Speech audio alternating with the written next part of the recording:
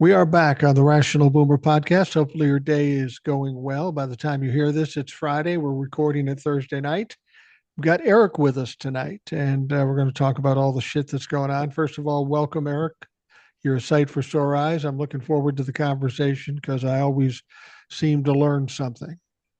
Well, thanks for having me. I love being on the show, and I'm hoping once again I can give some insights and perspective and maybe calm some people down because this administration, good Lord, I miss the days when Bush was the dumbest person to ever be president. I really do.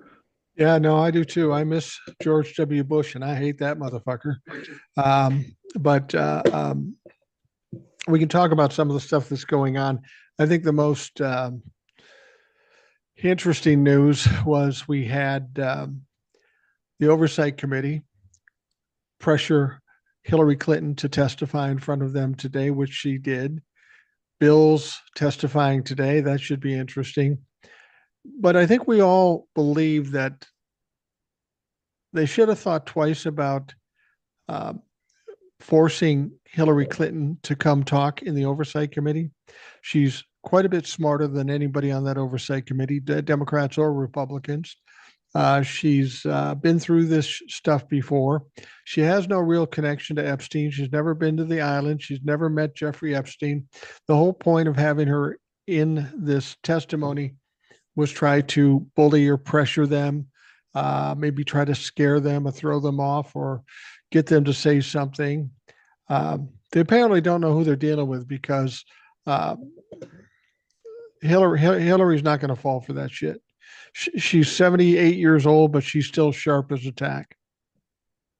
Yeah, you would think they would learn from their lesson, but see, Hillary's always been their ultimate boogeyman, or at least Yeah. one of them, going all the way back to her time as First Lady. Then she was Secretary of State, and they just want to do whatever they can to embarrass her. And it's not working. They bring her into the oversight committee. They want to get her to testify because they want a gotcha moment. They want her to say something that specifically implicates Bill or something like that, where they can come out and say, well, see, Bill Clinton's in the files. Bill Clinton's in the files. Why aren't you mad about it? When they don't understand, we are mad. If he's there, we want him held accountable. This is just a smokescreen trying to divert and distract away from the fact that Donald Trump is in the files, thousands and thousands of times. Well, and what happened with Hillary Clinton, I heard some people in that meeting say that she pretty much ran circles around the Republicans, which isn't surprising at all. But what happened with her is pretty much the same thing that happened with Jack Smith. Oh my God, we got Jack Smith. We're going to trip him up. We're going to scare him. We're going to intimidate him. And then when it was all said and done, the Republicans didn't say much. They even released the videotape of it and the transcripts. And Jack Smith ran circles around them.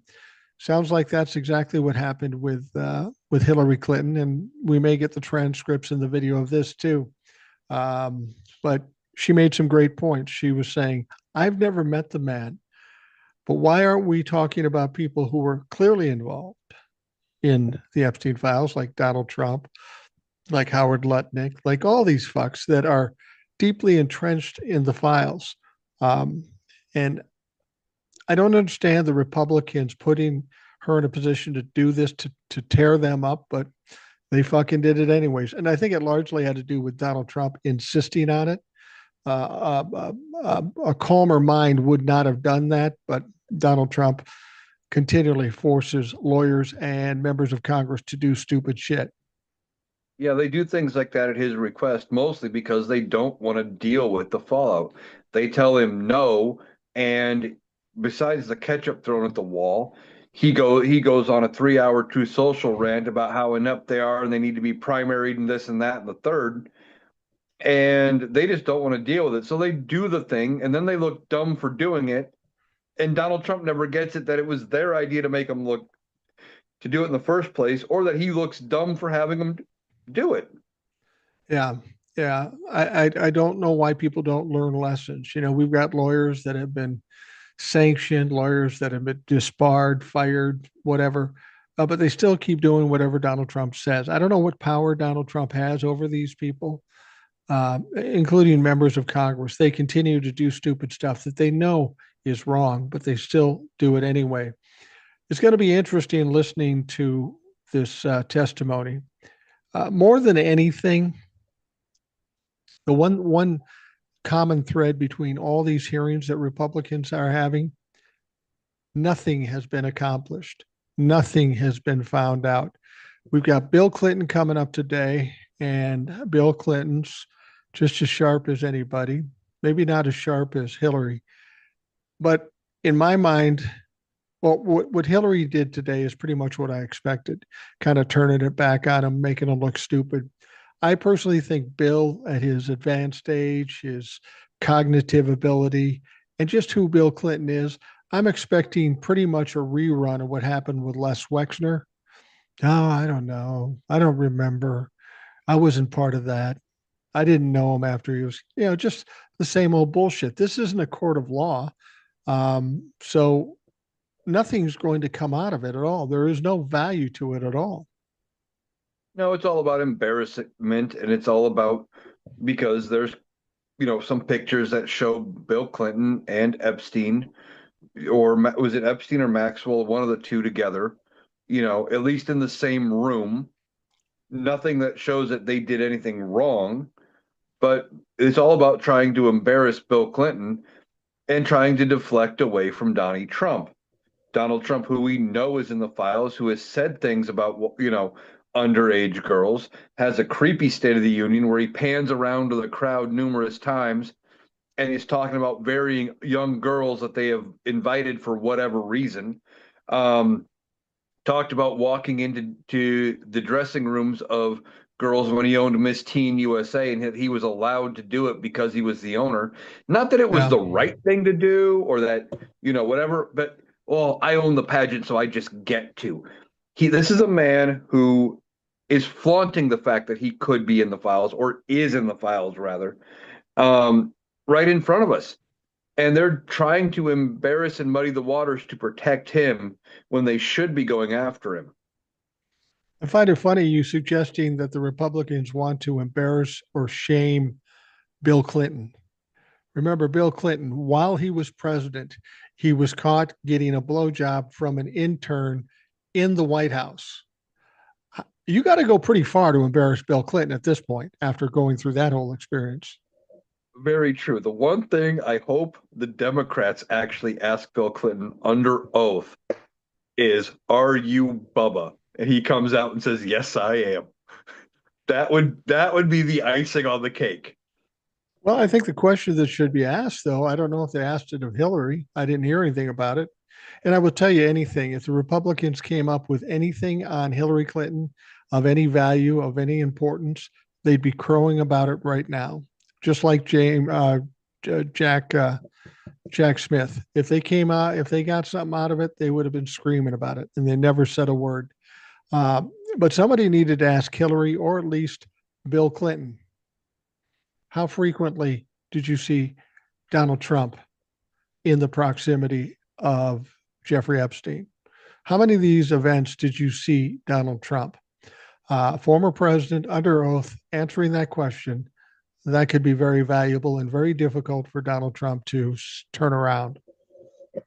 Oh, that would be huge. That's not the question I thought you were going to say, but former first lady or a former president saying, "Oh yeah, I saw Bill Clinton there at every event Epstein was hosting. They were best friends." That would be bad news for Donald Yeah, Trump. it would be, and it's just makes sense too. They go after Bill Clinton and they go after Hillary Clinton to testify because they think they're going to own the libtards. But they didn't think ahead. They didn't think about the possibility of an exposure because if, Hillary didn't meet Jeffrey Epstein, she wasn't on the island.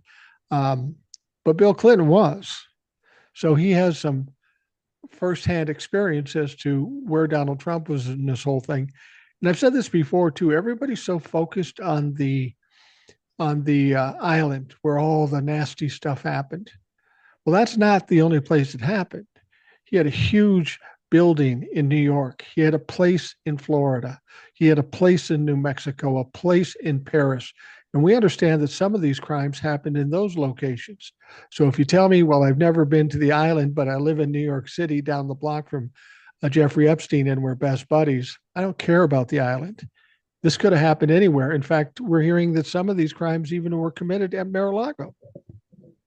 Yeah, and it wouldn't surprise me that they did happen at Mar-a-Lago. Donald Trump has thought for years that he is the master strategist, that he is above it all, and because of his privilege of being wealthy, that it doesn't matter. He can do whatever he wants. And it's time for these wealthy people to be held accountable. One thing I saw a TikTok creator talking about, and they said one way Democrats could win in 2028 is with two words: the Epstein class. Talking Yeah. about getting rid of the Epstein class of people. This group of people with so much money that they can feel like they are so far above the law because they hold all the cards. And we need to focus on getting rid of them as having that much, money. There's no reason somebody like Elon Musk should be closing in on having $1 trillion of wealth. No, hell no. And we're hearing more things about these Jeffrey Epstein files. They released the 3 million, and granted, it was going to take a while for people to dig some things out.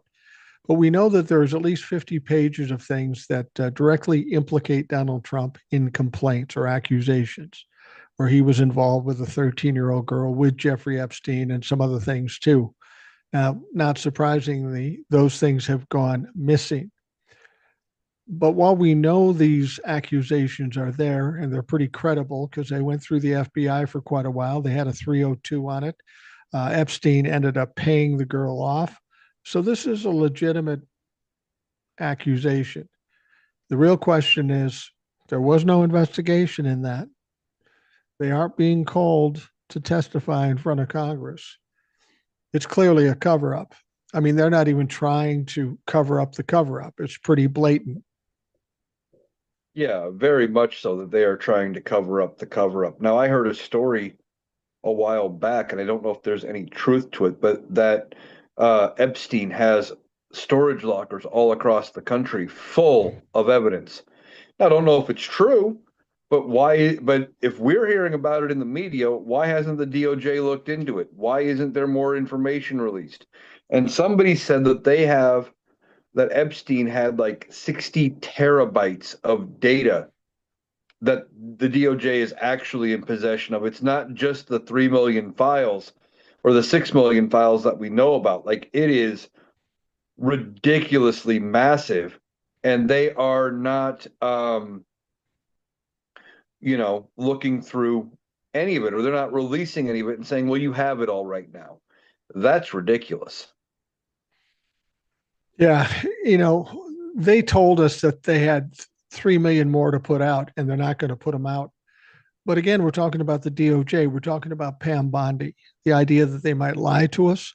I mean, I'm hearing some crazy motherfucking shit about some people have been talking about the other files that haven't come out yet, talking about murder, cannibalism, for fuck's sake. I don't even know what that's all about. But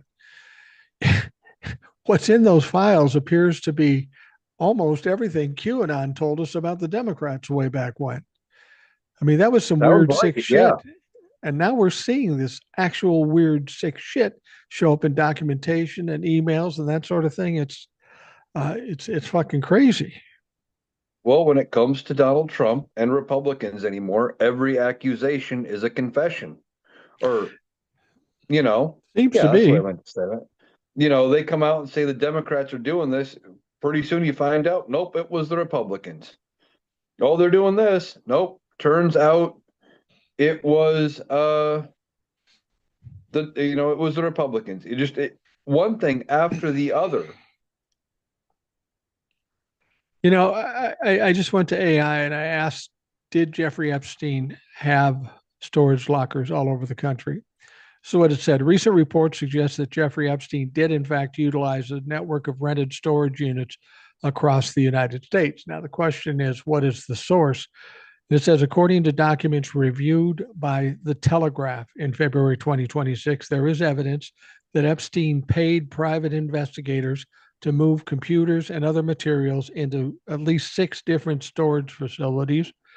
The reporting indicates this was likely done to keep these items away from investigators after he received tips about potential raids in the mid 2000s, which happened.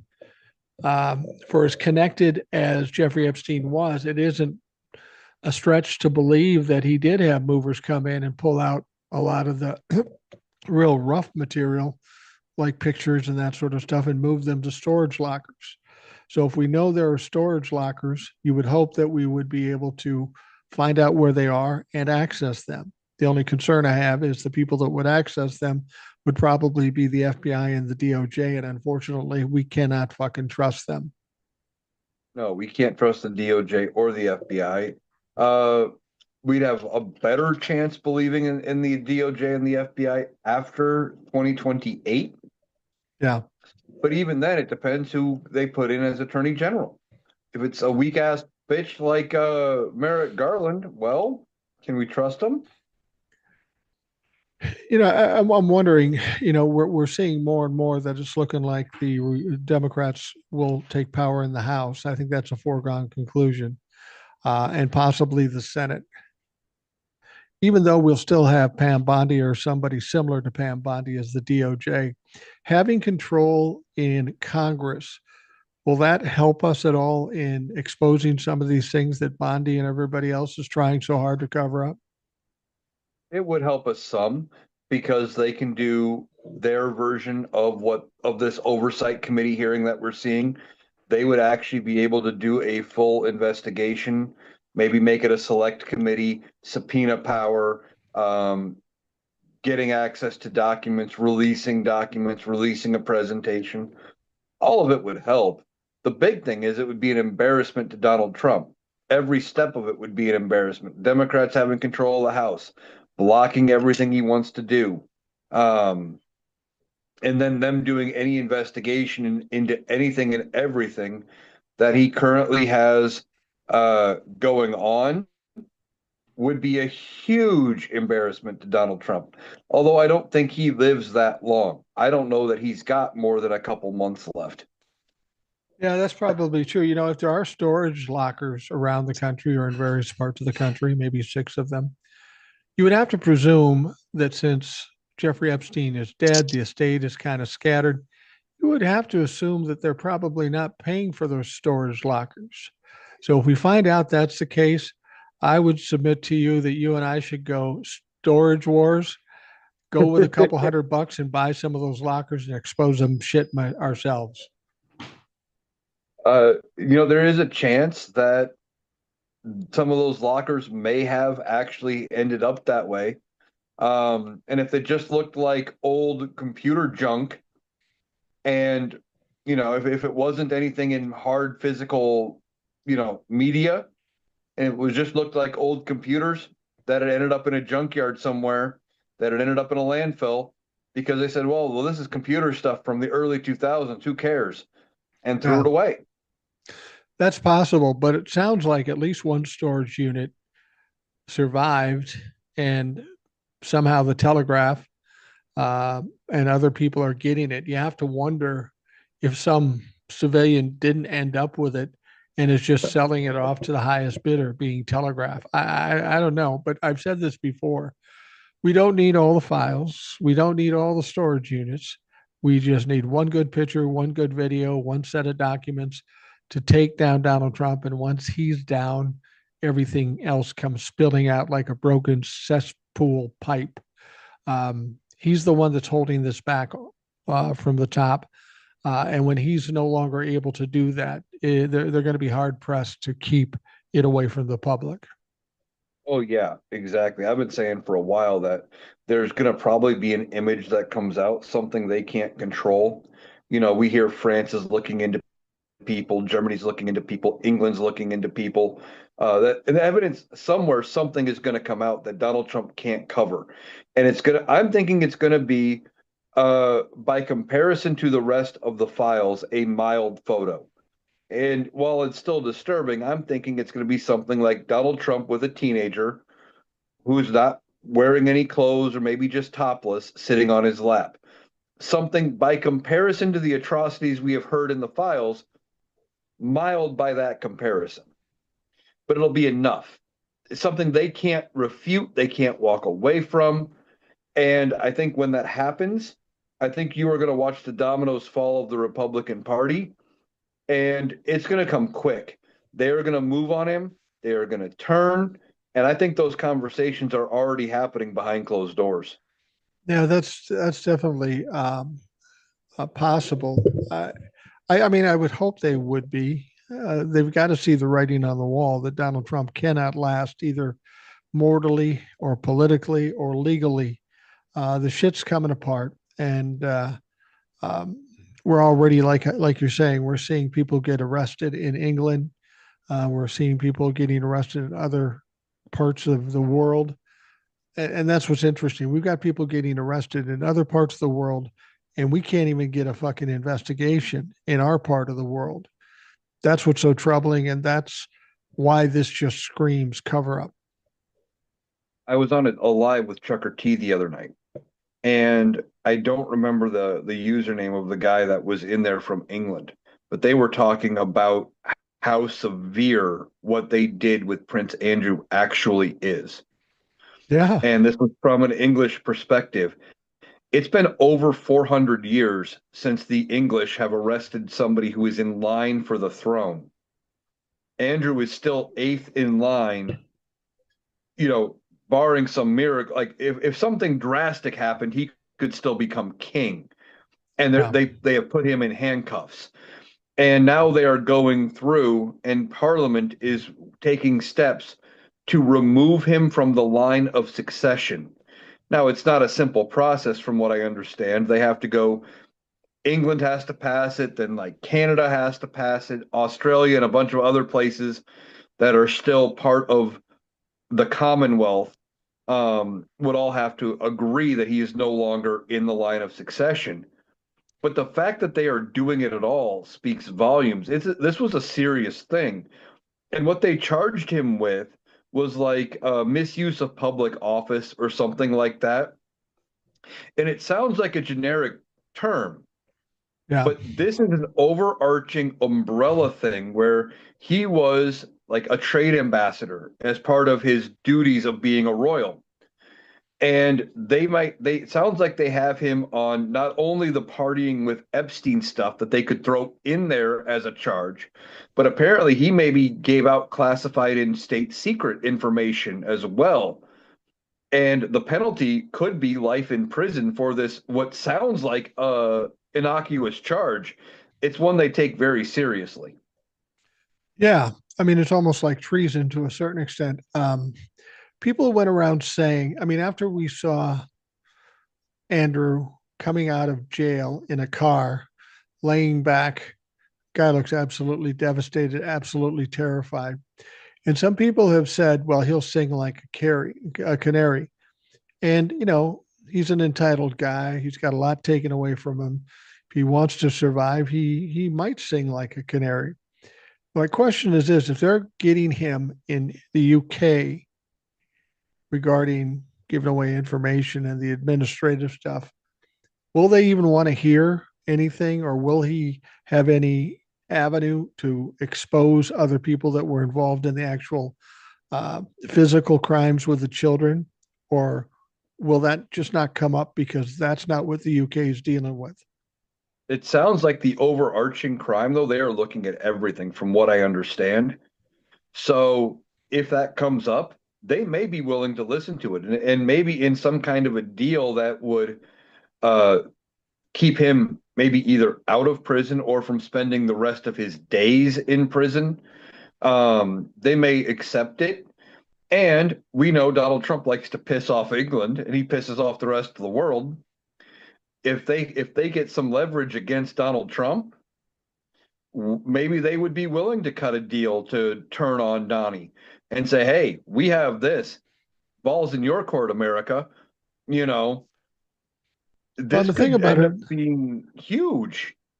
it's going to be huge. The thing about Andrew is this: he did whatever he did to violate crimes or violate laws in the UK, but he is seriously implicated in the abuse of girls in this country.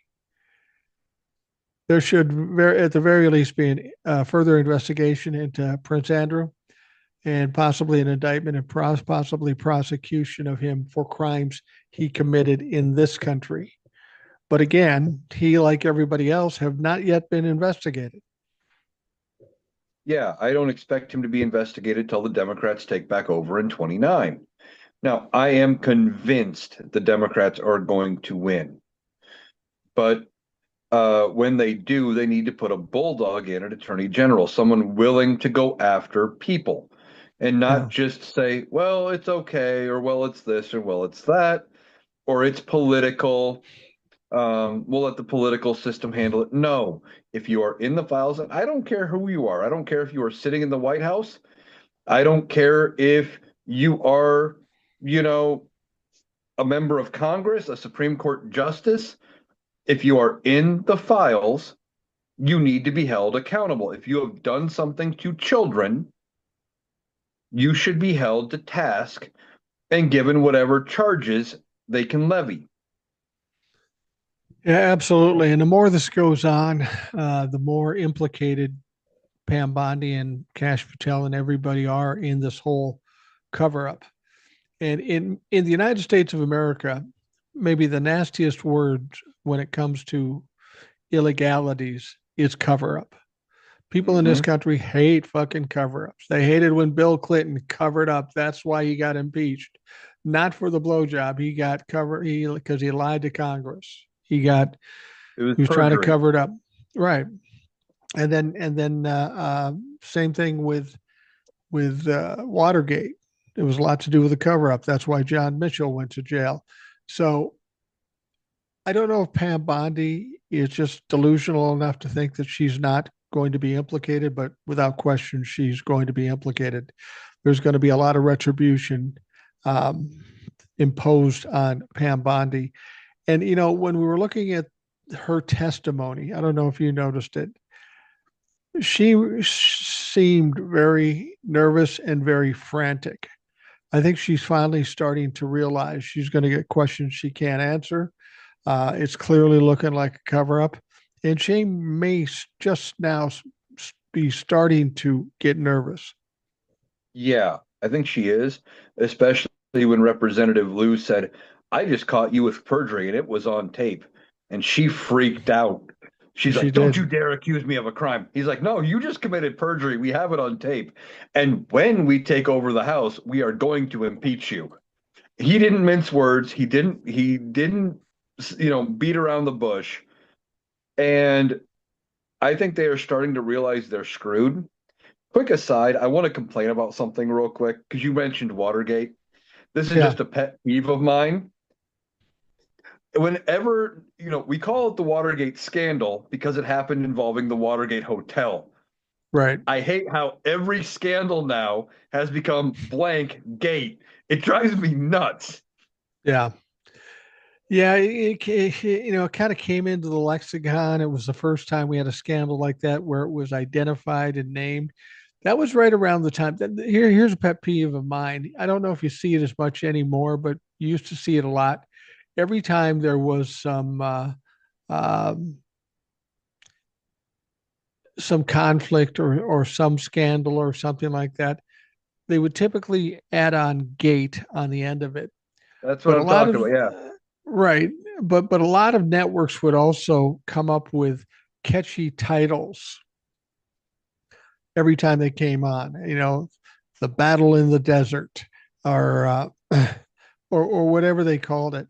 And it's so show busy, and it's generally it's a horrific type of thing. I get really tired of the media turning everything into a fucking tabloid. Yeah, I do too. And the whole thing, like we talk about Watergate. Now, Watergate was before my time, but I've read quite a bit about it. And it took years for everything with Watergate to actually come to light.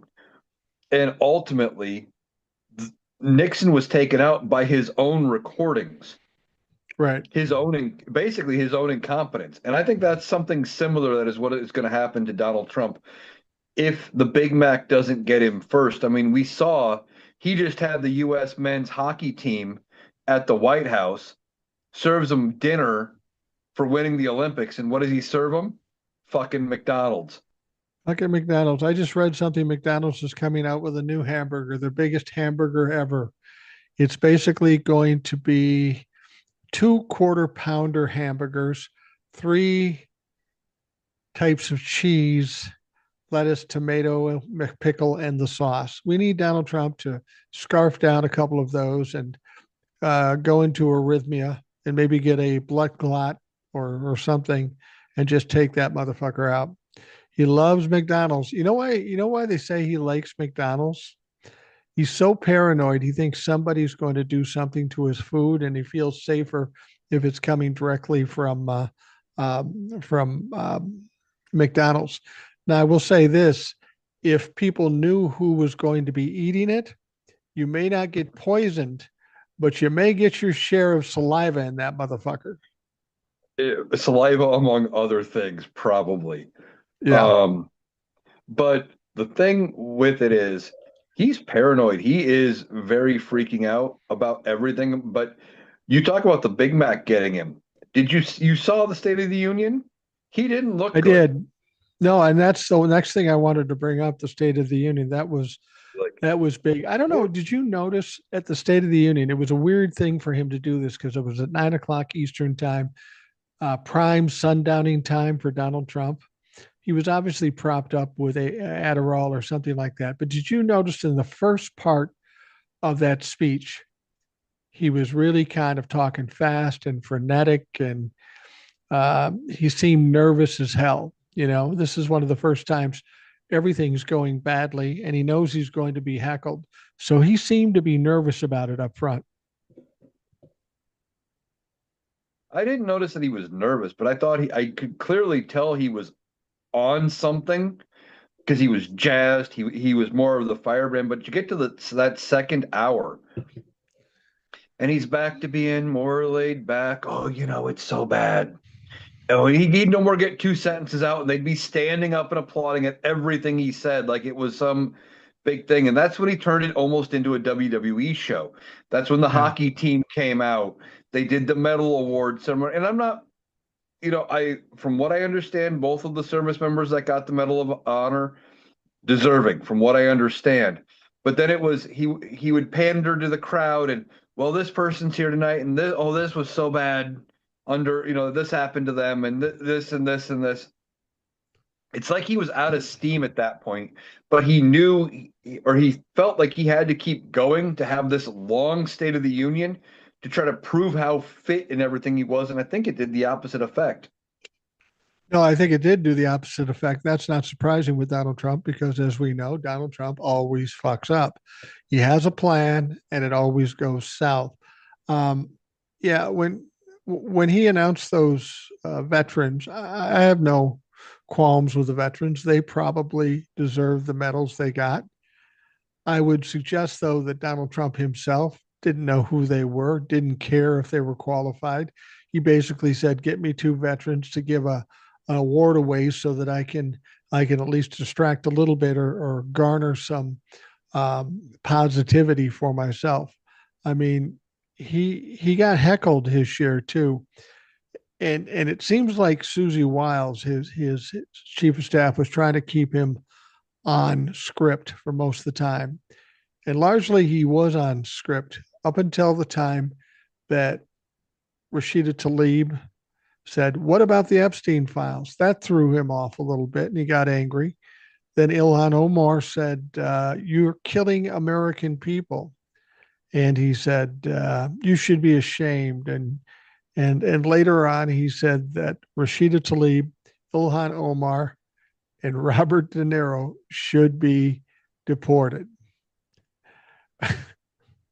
For it's it, What you did De know Niro do?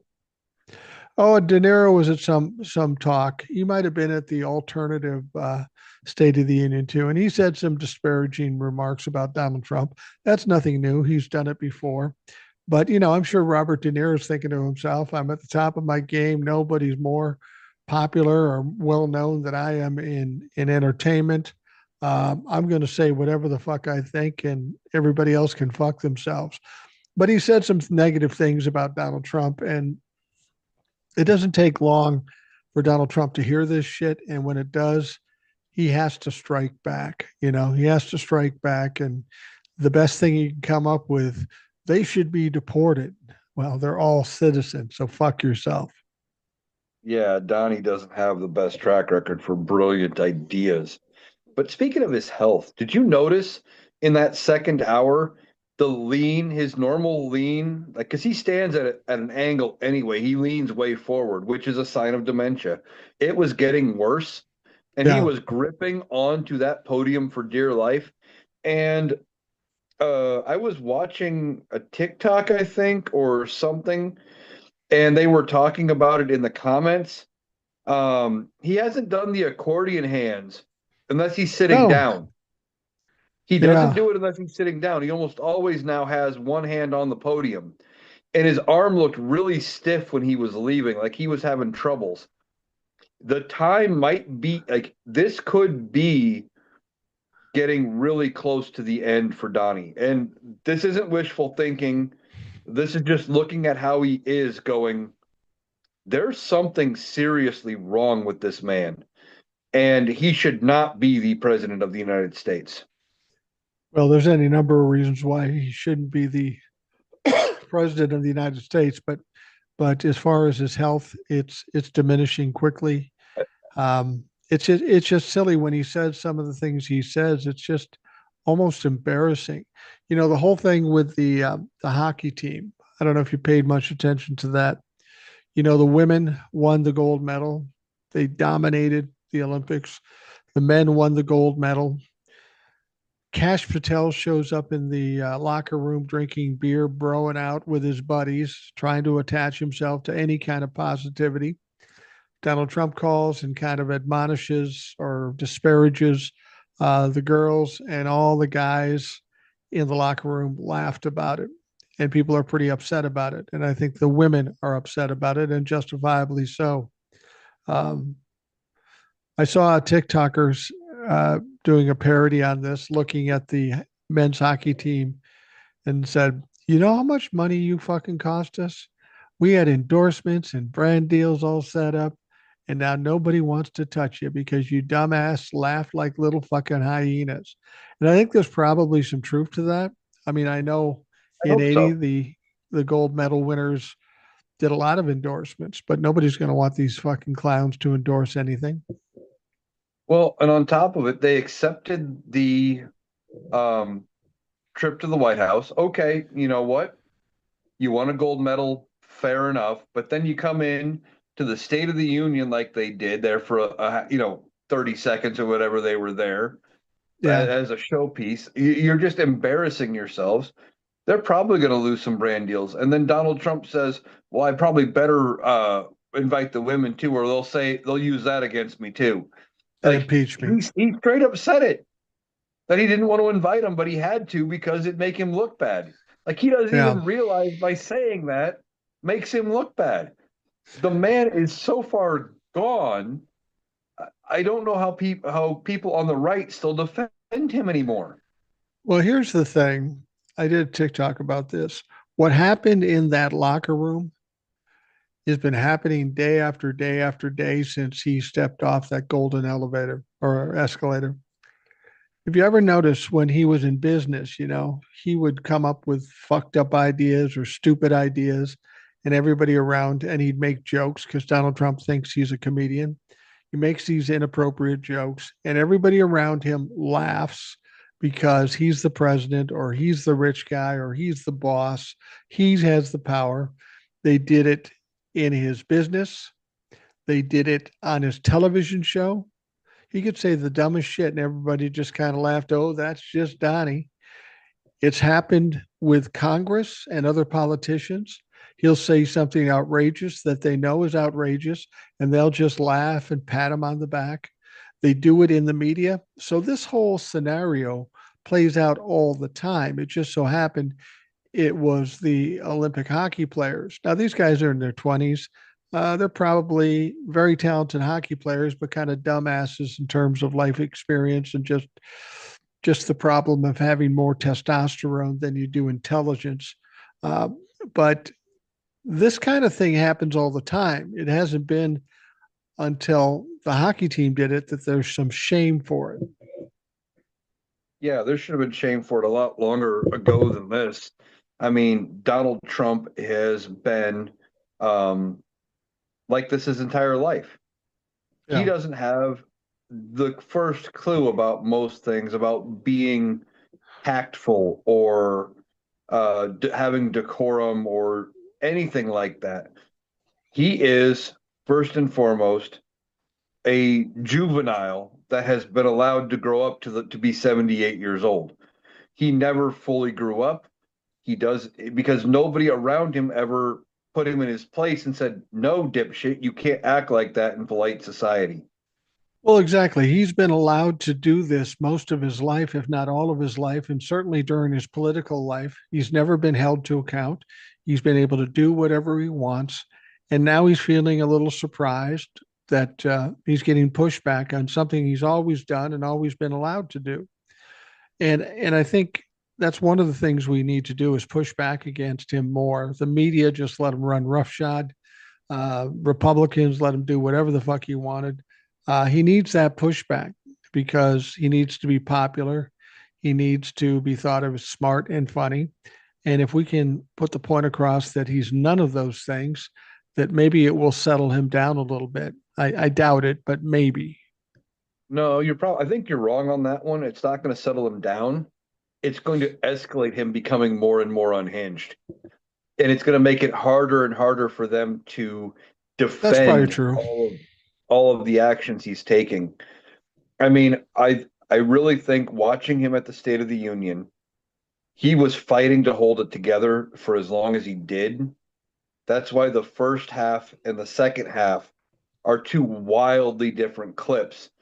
Yeah. And I think if they could have gotten him to shut up after the first hour, he probably would have had a successful State of the Union. Not in because he said anything of value, but he would have probably gotten away without really embarrassing himself. But Donald Trump, being who he is, had to go for that hour and 48 minutes or whatever he went, had to have the longest because he's trying to have some kind of notoriety in the record books. And I saw somebody on TikTok, I wish I could remember who.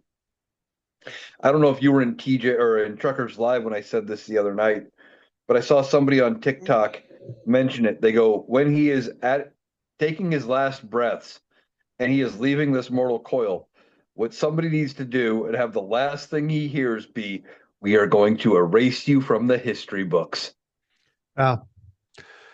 That would kill him. I mean, isn't it funny how any kind of failure or loss just occupies his mind? I mean, he's still worried about the 2020 election.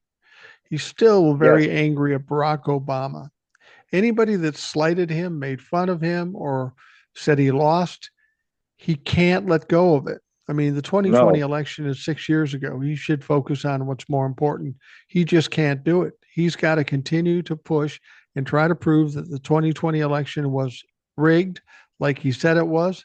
And he ain't going to give up until he gets it done. And he won't ever get it done.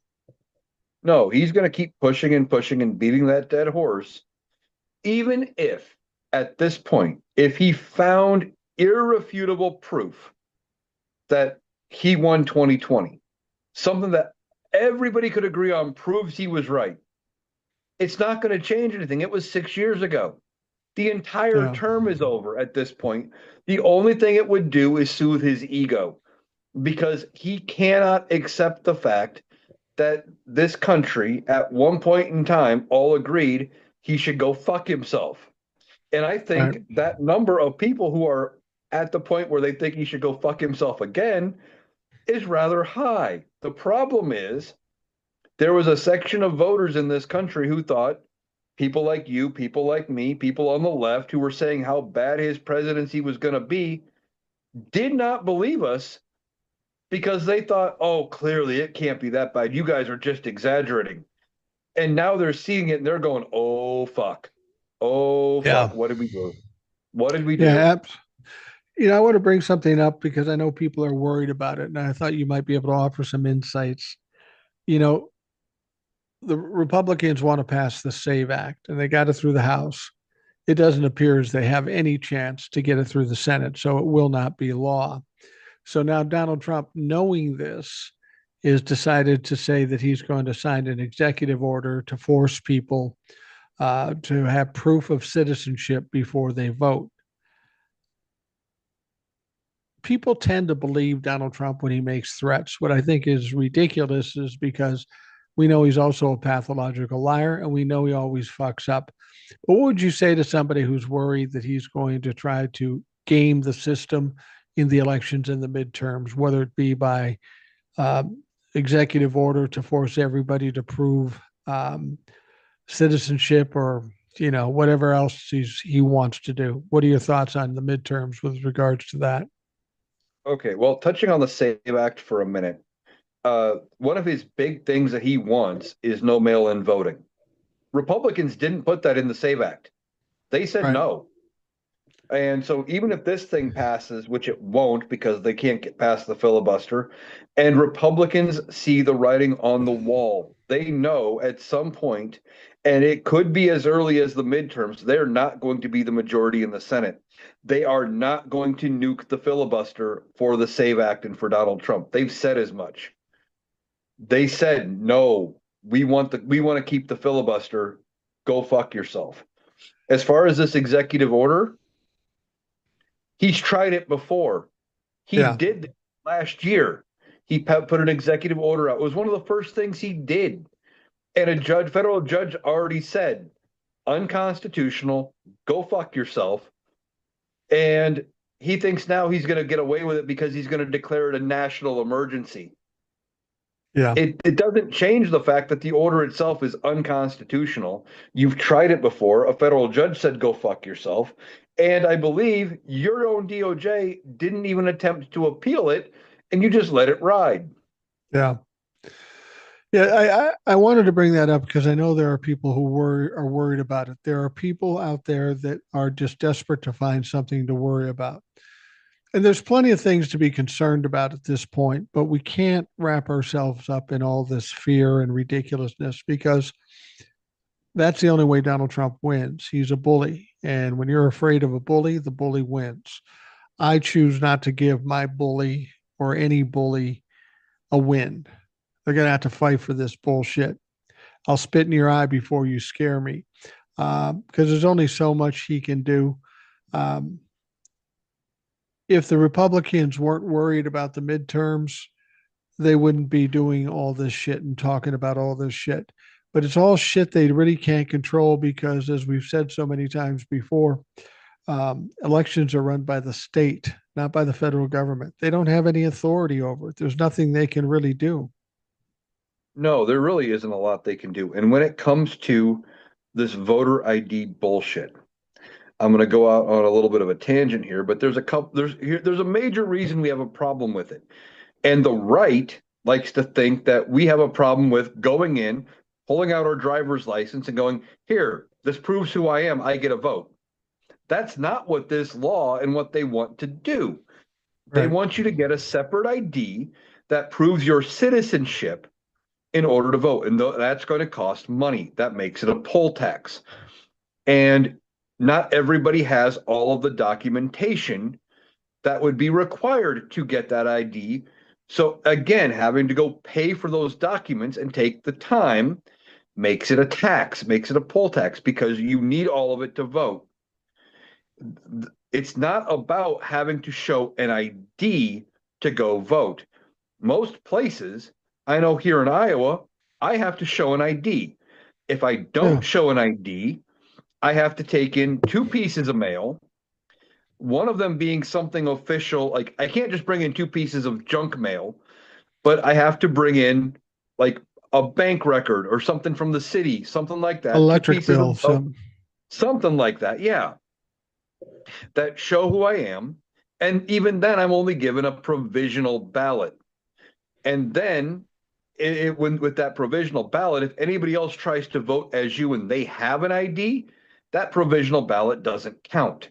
There's right, already checks and balances in place to prevent you from voting or if you're not an American citizen.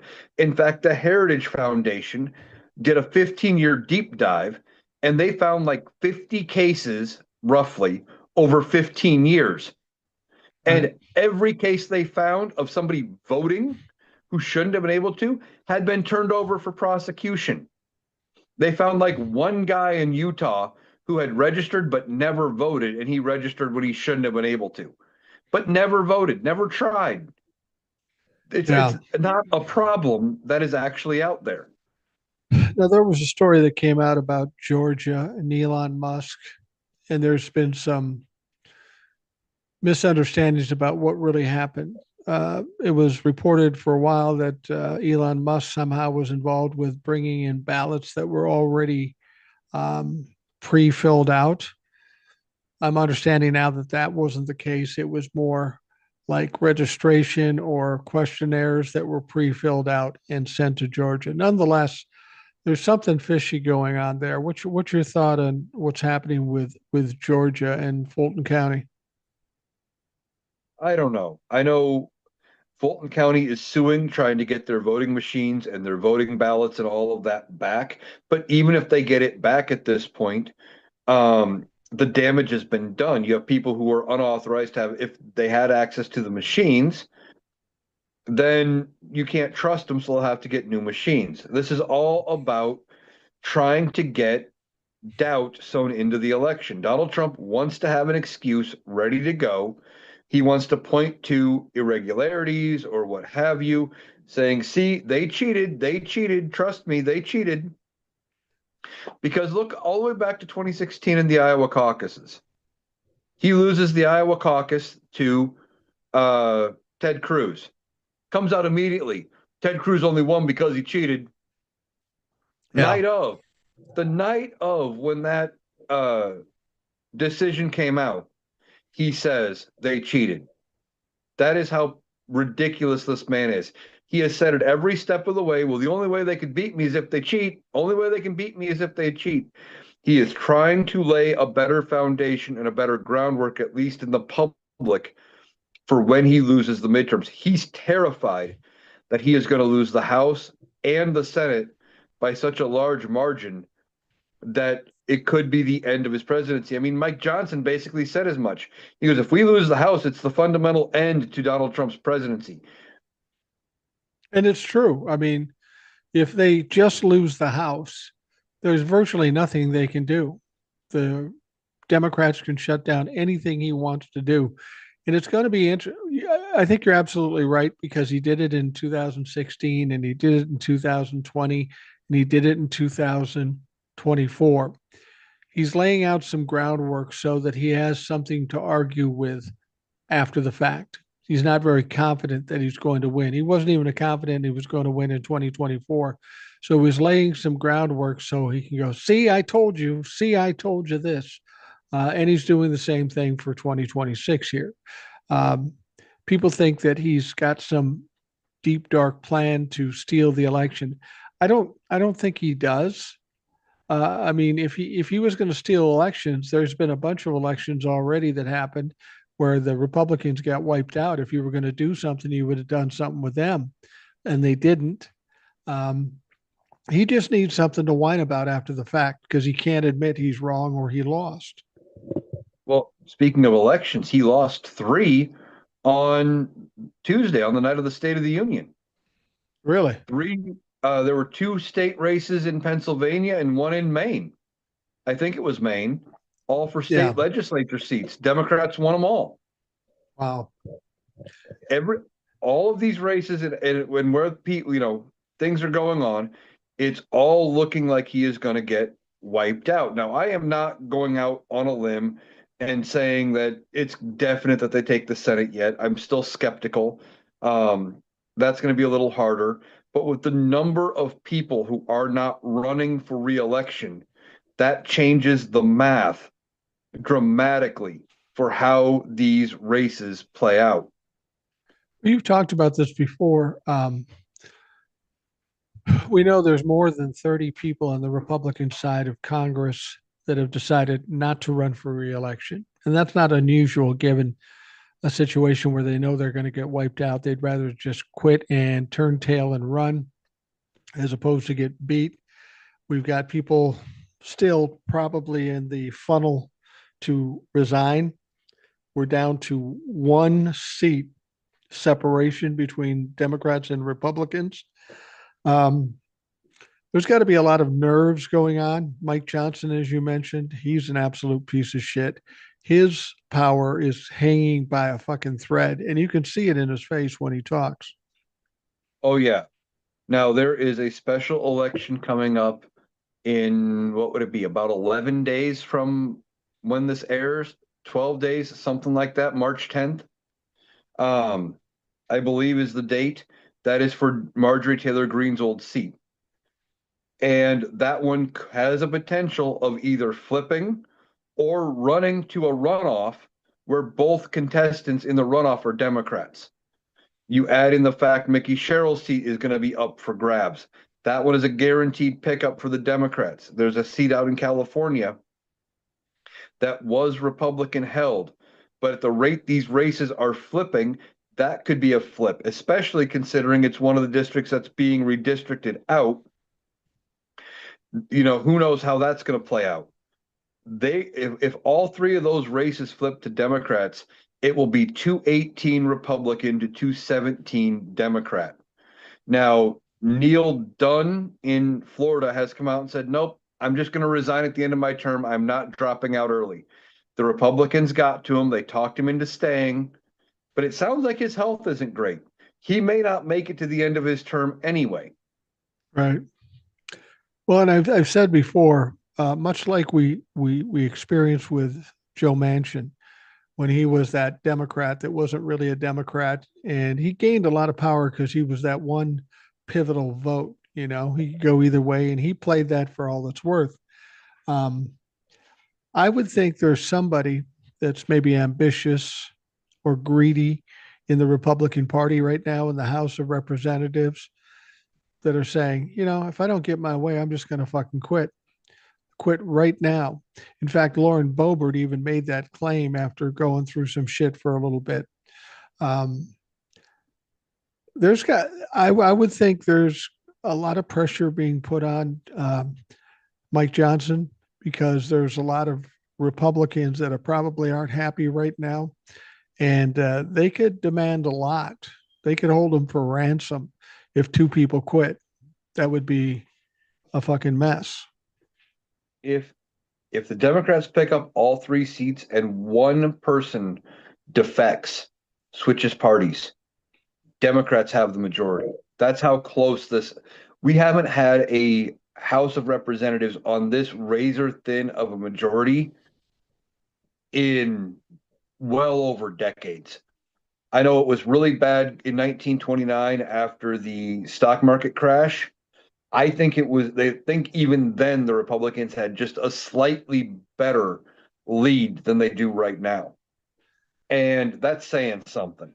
So, As far so as if the we get a switch though, where now the Democrats have 218 and the Republicans have 217, and we're this close to the midterm elections, does Mike Johnson get kicked out of his job, and then Hakeem Jeffries becomes the speaker? kind of, it's not automatic. What would have to happen is first they would have to have all of the members sworn in, and I could see Mike Johnson trying to play some fuck off games like he did with Representative Grijalva's seat and not Yeah. swear in that last member. Try to find reasons to adjourn the House and things like that. Once there are 218 sworn in members of the House of Representatives, then, being the majority party, the Democrats could call for a vote of no confidence in Mike Johnson. Simple vote on party lines. All 218 say yes. Mike Johnson's out as Speaker.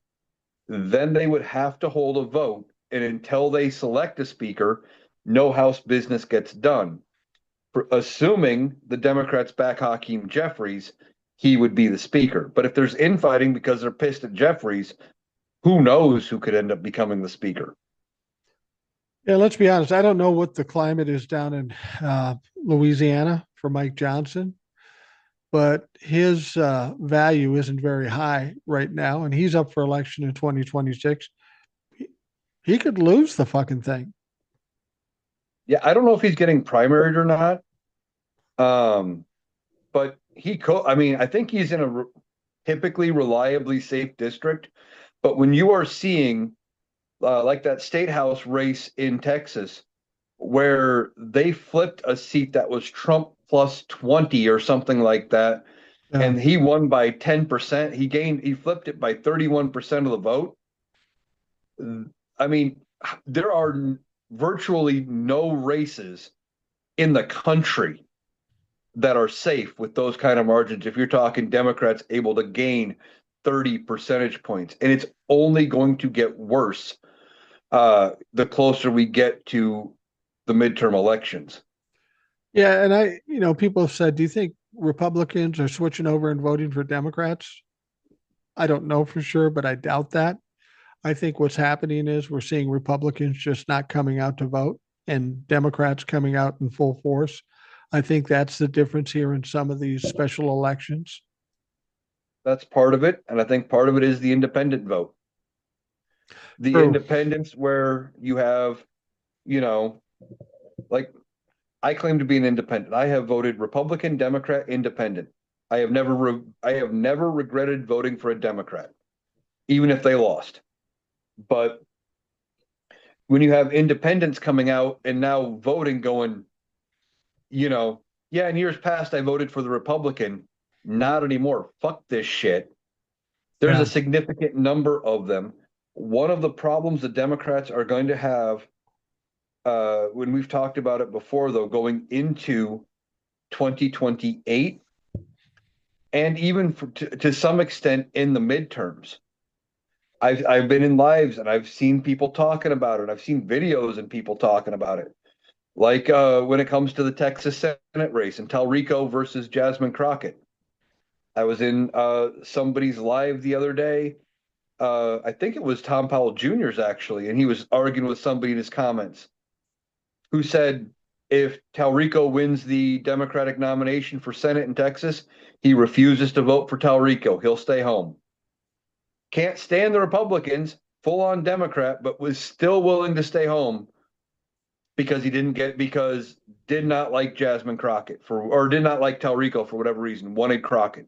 The Democrats, we can't do that. If you are in opposition to what the Republicans are doing, it's an A or B choice. You've got the Democrat or you've got the Republican.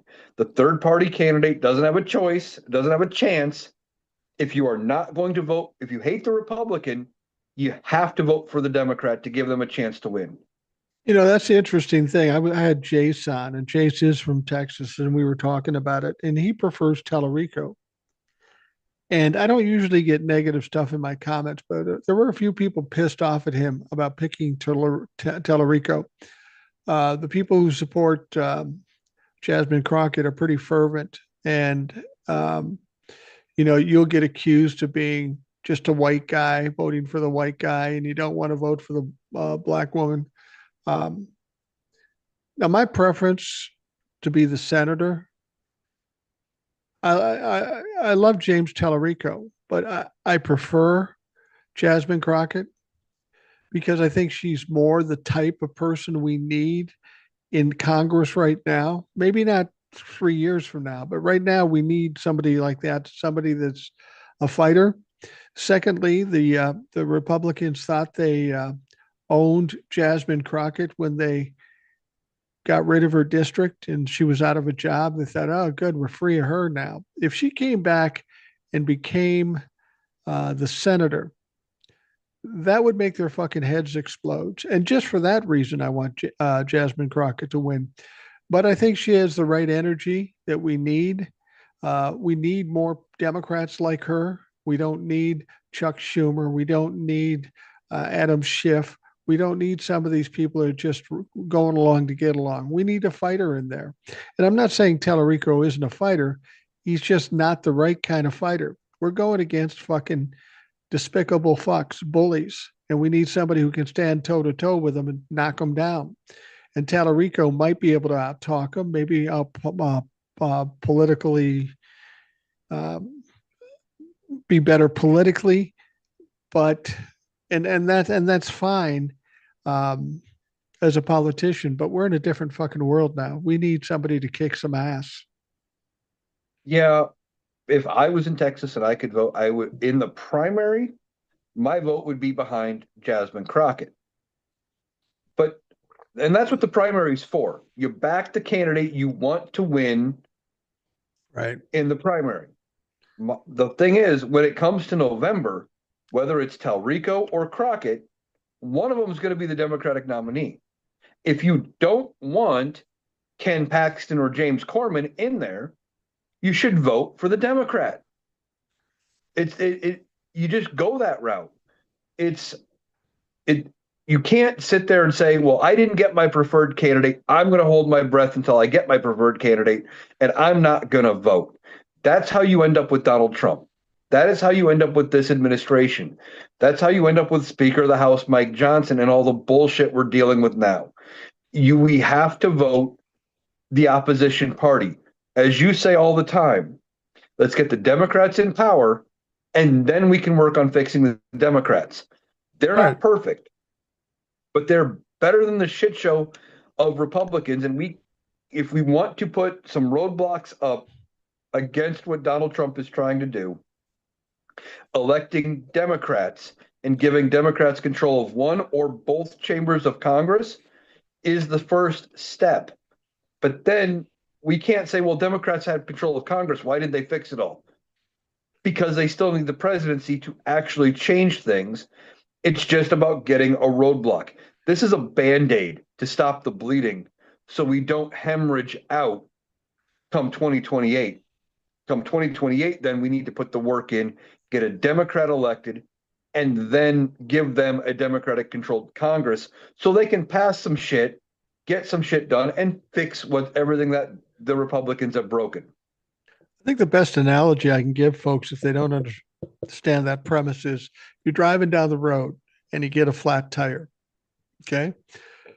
You don't sit there and wait till that tire's fixed. You put on the spare, you limp to a gas station, and then get the tire fixed properly. And that's what we have to do in this situation. We have to do what we have to do to get to a safe spot, and then we can focus on what we want. Because at this point, if you're voting in any election at this point to get some policy or some procedure that you want, you miss the fucking point.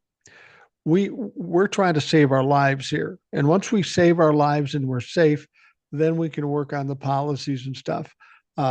Policies will come into play for the presidential election, certainly, but we've got to get these people out of there in order to be in a position to actually go after doing these policies. People have to take it a step at a time. They can't come in and say, I want everything right now the way I want it, because it's not going to happen. And if you can't get that, then don't fucking vote. I'm sorry.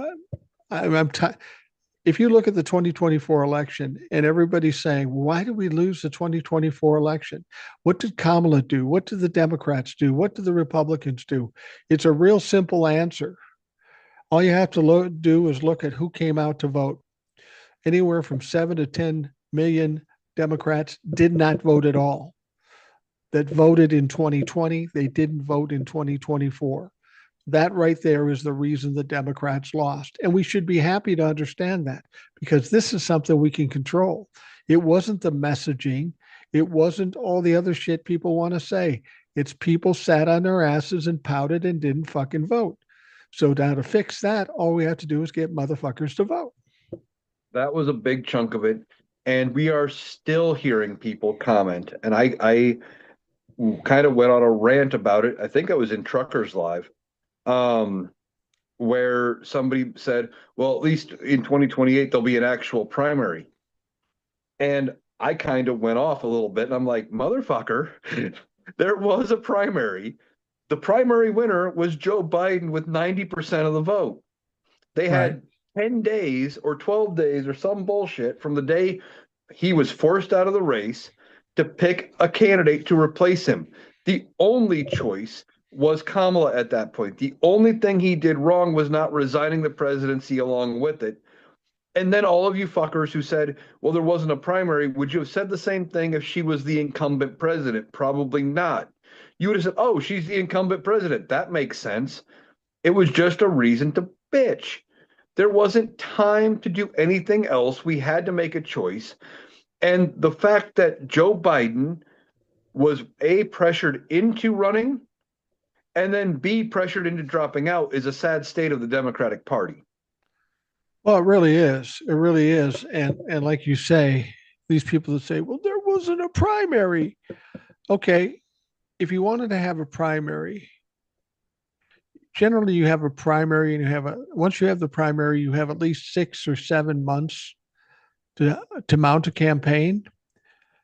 From the moment Kamala Harris stepped in, we had 90 days. Let's say it took another 30 days to have a primary. Now we got 60 days to whoever won that primary to mount a challenge, mount a campaign. It just didn't make any sense. This is again people saying, I want it my way, or otherwise I'm going to pout and cry and not vote. They did what they had to do at the moment, and whether you liked it or not didn't matter. The fact of the matter is, whether Kamala did all the policies you wanted or not, you should have had enough intelligence to say, okay, Kamala, she's maybe not everything I want, but Donald motherfucking Trump, I'd vote for a ham sandwich over Donald Trump. That should have been enough of an inducement to vote for Kamala Harris. But some dumb motherfuckers out there just can't get it through their fucking heads. They're going to pout, they're going to whine, they're going to cry, and they're going to fuck themselves in the end. And all of you that didn't vote for Kamala Harris, you're one of the main reasons why we're in this fucking mess. So congratulations. Exactly. I mean, like I said, I think it would have been better for her if she would have been the incumbent president. It would have taken one of the steps out of it. People who were scared about having a woman president or a minority woman president or whatever, all of those fears would have been alleviated by her being in the role. But this is looking at it through hindsight. We saw the outcome that what they didn't work. So now we're trying to figure out and diagnose and go, what should we have done? Simple fact of the matter is, like we've been saying, we only have two options. Republicans are out to tear everything the fuck down, and it's only going to get worse. Yeah. I don't think we've talked about it yet on the show, but before we went on, we were talking about Dr. Oz and his plans for the ACA. If Wow. the Yeah. Republicans continue doing their bullshit, stuff like that's going to be allowed to happen. And the Republicans think this is a winning strategy. I don't know why, but they think it's great. When I sit and do the TikToks, I've been doing them for 5 years and whatever, and doing the podcast and all that stuff. If the voters in this country give the Republicans um, the House and the Senate and a Republican president, at that point, what can I do? Like, it's all for naught. Talking about this stuff, trying to keep people informed about what's going on. But if even still, after all we've gone through, they still vote Republican, the fucking country's got to burn before people get it, apparently. They got to get bit in the ass, uh, you know, when Republican policies start biting people in the ass, that's when they're going to wake up. Especially if you're in a red state and you voted Republican your entire life. Yeah, absolutely. I want to bring something up because it involves my state, and it's Donald Trump. JD Vance announced that they are going to put a pause on Medicaid payments only to Minnesota. Donald Trump has a hard on for Minnesota because of Tim Walz, because of Ilhan Omar, because we're a blue state. He sends ICE in here, wreaks havoc, kills American citizens, kidnaps 5-year-old children. And now he wants to do this with Medicaid. And this particularly pisses me off. It's not because I don't get Medicaid. I do get Medicare, but I don't get Medicaid. But this is going to hurt the people that have struggled the most recently. This is about cruelty. There's really no reason for it. He's talking about fraud. He wants to, he hates fraud, which is ironic because he's been convicted 34 times of fraud. His family has been convicted many times of fraud.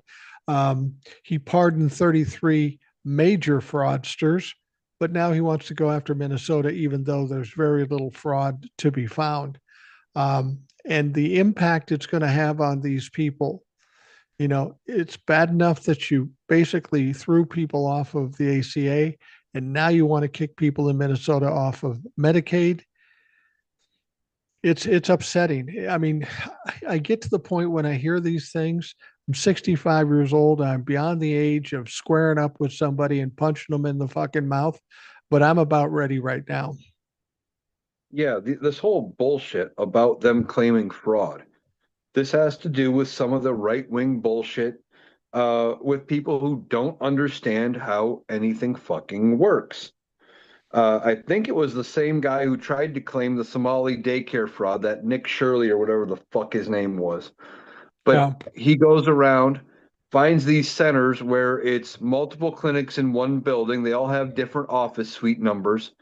Oh, see, fraud, fraud, fraud. It's fraud. There's multiple clinics here. It's fraud. No, motherfucker, that's just how shit works. They're all medical places. They've rented office buildings in close proximity because it makes sense for them to be in close proximity.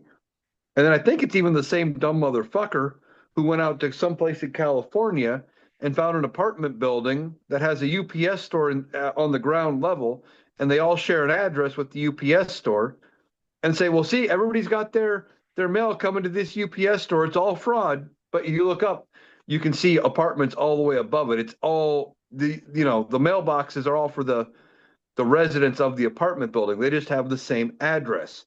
right. These dumb fuckers don't know what the fuck's going on. The cruelty is the point, and they're thinking that they're going to get away with cutting Medicaid to these areas. But every time they've tried cutting federal funds like this, almost every single time federal judges come in and go, no, can't do that. Congress controls the purse. Congress allocated the money. You got to spend it. Fuck yourself. Yeah, the only problem I have with it is there still may be a delay while they go through this bullshit court process, and people are going to suffer and struggle. Um, and it's very tiring. Did you hear Nick Shirley made the news yesterday too? No, Again, yeah. We were talking about the Hillary Clinton testimony, right? And it was behind closed doors, and so you're not supposed to take any pictures while this is going on. Big surprise, Lauren Boebert did take a picture of Hillary Clinton in the session, sent it off to Nick Shirley. Of course, he posted it or publicized it in some way. And that threw everything in the hearing in a tizzy. I think they had to shut it down after that point because that was a breach of some sort that's intolerable by the oversight committee or by Congress in general. But Nick Shirley, once again, fucks another thing up. And he fucked it up for the Republicans. I mean, it's a Republican, Lauren Boebert, who sent the photo. She's in all kinds of trouble. That's why if I'm Lauren Boebert, because she kind of hinted at it before, I'd say, I'm tired of your bullshit. I'm quitting today. And watch those fuckers run around like chickens with their heads cut off. she might. I mean, she had to switch districts just to save her seat because she was afraid of getting her ass kicked. And how embarrassing would it be for her to switch districts to a safe Republican district and then be voted out in November in what should be a safe race? Um, but they've got no class, they've got no decorum. If it was the other way around and it was Donald Trump sitting there being deposed for his role in the Epstein files and a Democrat took a photo, we wouldn't be hearing the end of it. MAGA and the Yeah. Republicans would be losing their goddamn minds. It's the simple fact that it was a way to embarrass Hillary Clinton, who's been their boogeyman since her days as Secretary of State and probably since her days as First Lady. Well, and if you saw her do her speech afterwards, they weren't very successful embarrassing her. She seemed pretty entrenched and irritated, justifiably so. Um, but again, the Republicans fucked up by bringing in Bill Clinton and Hillary Clinton. They set a precedence that Congress wouldn't normally do, bringing in a president or a former president or a former first lady or anything like that. Now that they have, that leaves the door wide open for calling in Donald Trump, Melania Trump, anybody else. There is no limitations anymore. There is no professional courtesy. They wouldn't normally subpoena a former president, but they did now. So that opens the door for Democrats when they're in a position to subpoena the likes of Donald Trump or one of his family members. The only thing that's going to save Donald Trump from a congressional subpoena is a Big Mac. Yeah, that's absolutely true. The Big Mac is I mean, and I think it's coming. I don't think he's got long left. I would be surprised if he makes it the year. But you're right. They've set the precedent now, which means when JD Vance is out of power, because I think JD Vance is going to be our next president, he's going to be the next accident that we end up having to deal with. Yeah. Um, but he won't get, no matter what happens, unless he pulls some miracle out of his ass and rights the ship, which I don't think he's got the ability or the intelligence to do. Well, he needs the Congress to do that, and he won't have the Congress. Well, the only way, I mean, if he is enacting intelligent legislation, I could see the Democrats backing him if the stuff makes sense. The problem is, Did you but the say problem is, intelligent governing? That's a good one. That's a good one. yeah, the problem is they're not going to be doing that. He's going to be having to walk a tightrope between not disparaging the Trump legacy and everything. The Republican Party itself is going to give him marching orders telling him to try to fix the ship, but they're also going to tell him, basically hog tie him for what he can actually do. He's probably only going to make it worse because he's also going to try to not alienate the MAGA voter because he's going to need them to get reelected. He's in a no-win situation. The whole scenario actually makes it look bad. Um, there's no way I can see him ever getting reelected. But the only way the Democrats work with him is if it's common sense stuff that would actually work. Yeah. And that would be Yeah. his only chance toward getting reelected. But everything else is going to work against him. So there's no way he ever does it. Yeah, absolutely. We're getting toward the end. I got a couple quick things I want to ask you about because I want your input on it. Supreme Court comes out, says Donald Trump's tariffs are illegal. People in other countries are saying, well, they're illegal. You're no fucking deal. And he says, well, if there's no deal, then I'm going to give you more tariffs, which is odd because they just told him you can't do tariffs. He's going another angle that won't work either. But he's talking about global tariffs. And it's just, what do you think is going to happen with this tariff situation? To me, I kind of hope he continues doing it up until the midterms because it'll cause more problems for him and the Republican Party. Keep fucking with it all you can. I mean, we're already suffering through it now. You don't want him to. I'm afraid if he stops the tariffs, then things get better. Then he'll get some benefit from it, and I don't want to see that. Yeah, I don't think he will stop doing it because he still thinks he's right. Now, this new batch of tariffs, the way I understand it, the law he is pointing at to use is something about balance of payments, equity, or something. Basically, he can say, well, the ledger isn't balanced between your country and the United States. So we're going to put a tariff on to try to balance the scales a little bit. Yeah. Okay. And he's got the ability to do up to 15% for 150 days. But now he went and said, well, every country, every product, 150 or 150 days, 15%. Congress would have to approve them beyond that. Mike Johnson says they don't have the votes to extend them. He's already said that. But the thing is, when these tariffs, these new ones go to court, he's going to lose Yeah. because in the Supreme Court case where he argued for the last batch of tariffs, they said that the reason for the tariffs wasn't because of deficit An of payments or emergency. whatever. Yeah, Right. they said it was an emergency. It wasn't this other reason that justifies the law he's now trying to use. Right. And they even talked about that law in the case. His DOJ did, and said, no, that law is not what we're trying to use here. It doesn't apply. They've already shot themselves in the foot. It's going to be a joke. He's going to keep trying to do it like a petulant child. And you're right. If they somehow go completely away, he might get a little bit of a benefit. The problem is these companies aren't going to lower their prices. They've already got us paying more. Right. And we need to do something. I don't know what the something is, but these companies need to hurt because this is bullshit.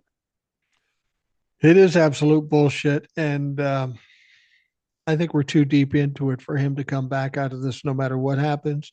Bottom line is we still all get fucked because we're paying higher prices. Last thing I wanted to ask you about was this whole Iran thing. We seem to be on the precipice of possibly bombing Iran. I personally think that the reason we're even considering bombing Iran because either Donald Trump wants to do his buddy Benjamin Netanyahu a solid, or Benjamin Netanyahu has some leverage over him. It sounds like Donald Trump wants to do it, and sounds like the people around him are trying to keep him from doing it. Donald Trump usually ends up doing what he wants to do, regardless of what people think. How do you think that's going to shake out?